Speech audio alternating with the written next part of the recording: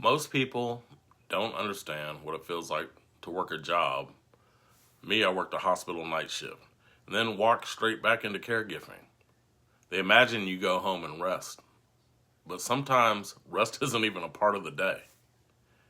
I would finish a shift physically tired, mentally trying to stay present, and already thinking about what waited for me outside those hospital walls.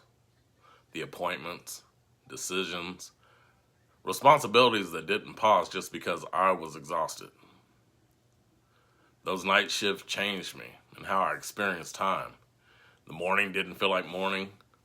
Sleep didn't feel like real rest. And sometimes you feel like you're living between two worlds.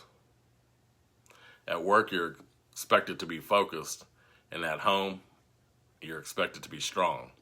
And somewhere in the middle, you're just trying to stay steady. Something I didn't expect was how quiet everything felt. Not peaceful quiet, the heavy quiet. The kind where your body is tired, but your mind never fully slows down.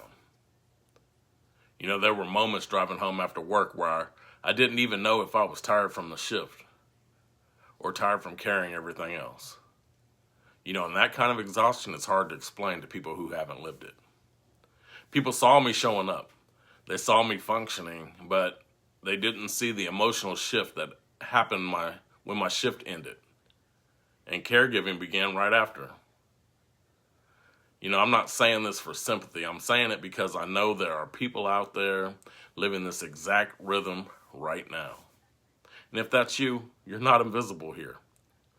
Sometimes strength isn't loud. Sometimes it's just making it through another day.